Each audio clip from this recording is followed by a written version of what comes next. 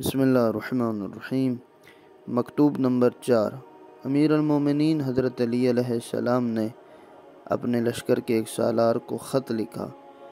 اور کچھ نصیحتیں کی۔ فرماتے ہیں اگر وہ اطاعت کی چھاؤں میں پلٹ آئیں تو یہ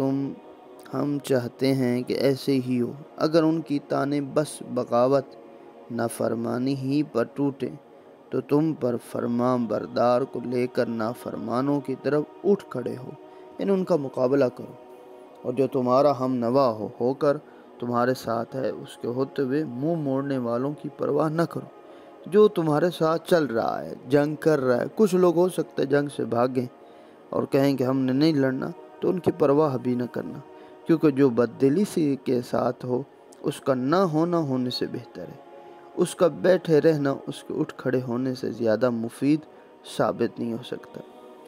فرماتے ہیں کہ یہ عامل بصرہ عثمان بن حنیف نے امیر المومنین کو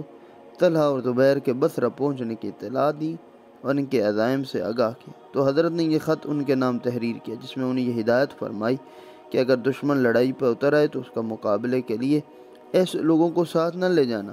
جو ایک طرف ام المومنین اور طلحہ زبیر کی شخصیت سے متاثر ہوں، دوسری طرف کہنے سننے سے ان کے خلاف جنگ پر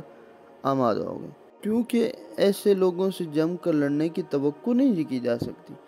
نہ ہی ان پر بھروسہ کیا جا سکتا ہے، بلکہ ایسے لوگ اگر موجود رہے تو دوسروں کو بھی بددل بنانے کی کوشش کریں گے، لہذا ایسے لوگوں کو نظر انداز کر دینا ہی مفید ثابت ہو سکتا ہے۔